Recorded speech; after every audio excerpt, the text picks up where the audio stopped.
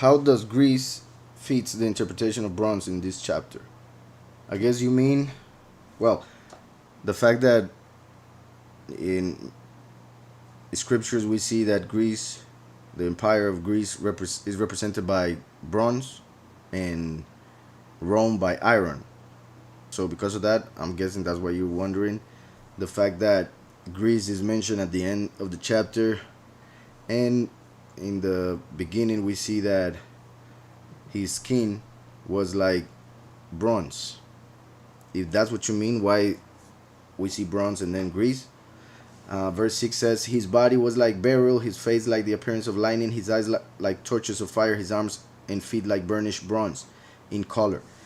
The fact that it's bronze that was burnt pretty much represents, remember what we read in Genesis 15 last Shabbat 17.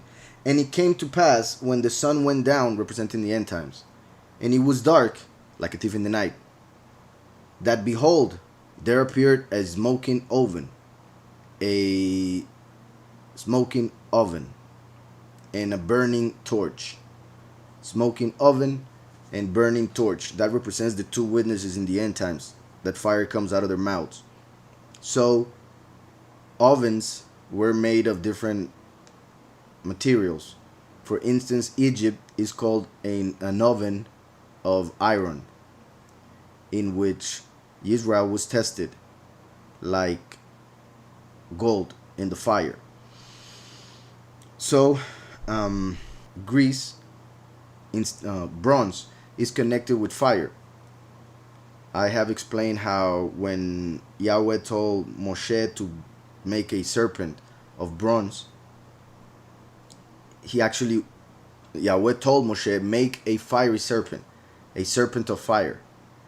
And he realized through the words in Hebrew that the word for bronze in Hebrew is connected to fire. Therefore, he used bronze to make the serpent and fulfill Yahweh's commandment. So bronze is connected to fire. That's why like an burnt bronze, or it's a burnished bronze in color. So that to represent the darkness of the color and the fact that he's the fire, like an oven, smoking oven, that would manifest in the end times. Now the connection with Greece, for instance, like I have said, Christianity itself represents the Greek Empire and Catholicism, the Roman. So bronze and iron, Christians and Catholics also.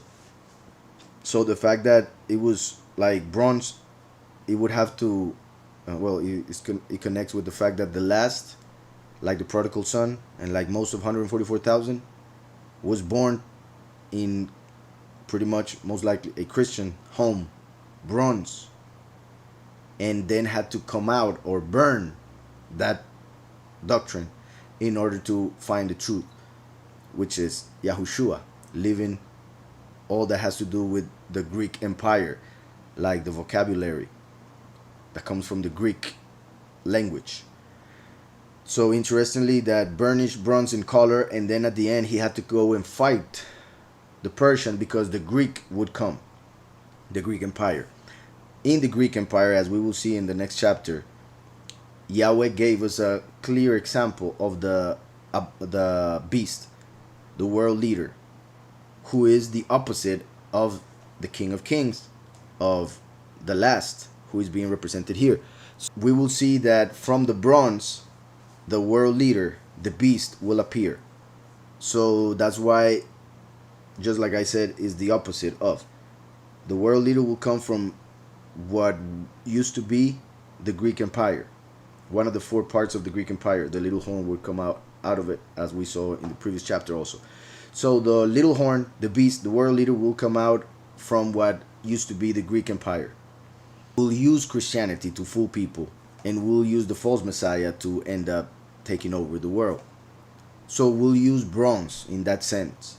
We'll use the Greek interpretation of scriptures, which are Hebrew. So by interpreting them in a Greek way, you will end up with something close to philosophy and the things that they believed. So the beast comes from the Greek Empire, little horn world leader, to be the opposite of the King of Kings, who, as the prodigal son, has to come out of that falsehood, who is like the fire. That's why, like an oven burning with fire inside, because it said also his eyes like torches of fire, his arms and feet like burnished bronze. So there is a relation between the King of Kings and the beast, which kind of is shown here with the fact that the King of Kings appears bronze in color, and then he says that the kingdom represented by bronze was about to appear to take over. So one of the things that could be is well, what I mean is the connection that there is between the King of Kings, the second coming of Yahweh to earth, and the beast that the world will actually accept as king. I'm sure there's a couple more things that could be said. If not, let me know. How does Greek fit the interpretation of bronze in this chapter? Also, the fact that the Greek Empire comes from a son of Yafet known Yavan. Named Yavan, or known as Yavan. Made a word. Yavan, which comes from Yayin, which means wine. Through the meaning of Greece, which would be wine, we can understand how one comes as the wine of heaven, because Yahushua said, new wine in a new wineskin.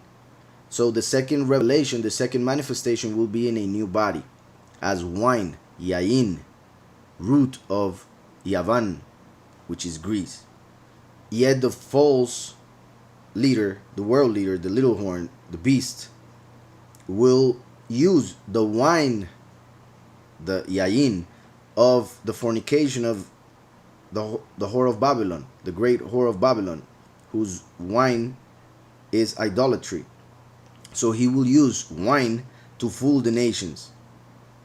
So that why the connection between the King of Kings and the world leader, they both use wine, but it's a different wine.